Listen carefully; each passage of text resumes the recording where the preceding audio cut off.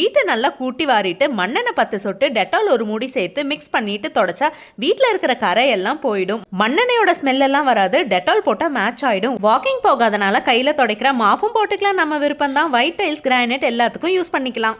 தரையில இருக்கிற அழுக்கெல்லாம் போய் வீடு பளிச்சுன்னு ஆயிடும். கொத்தமல்லி தலையை நல்லா கிளீன் பண்ணிட்டு டப்பாக்கு மேல துணியை வச்சு மூடிட்டா மூடியில இருந்து வேர்த்து வர தண்ணி எல்லாம் துணியில கலெக்ட் ஆயிடும். 10 நாள் வரைக்கும் மல்லி ஃப்ரெஷ்ஷா இருக்கும். மிக்சர் ஜார் பழசானா பிளேடோட ஷார்ப்னஸ் கம்மி ஆயிடும். கல்லுப்பு போட்டு அரைச்சா பிளேட் நல்லா ஷார்ப் ஆயிடும். லெமன் தோலையும் அரிசியும் போட்டு நல்லா அரைச்சா பிளேடு கடியில இருக்கிற கரையெல்லாம் போயிடும். இப்படி பண்ணும்போது ஜார்ல எந்த கெட்ட ஸ்மெல்லும் வராம ஃப்ரெஷ்ஷா இருக்கும். கடைசியா நம்ம நார்மல் வாஷ் பண்ணிட்டா போதும். என்னதான் நம்ம தினமும் தேய்ச்சி கழுவினாலும் டைம் கிடைக்கும் போது டீப் கிளீன் பண்ணா சுத்தமான ஜார் ரெடி.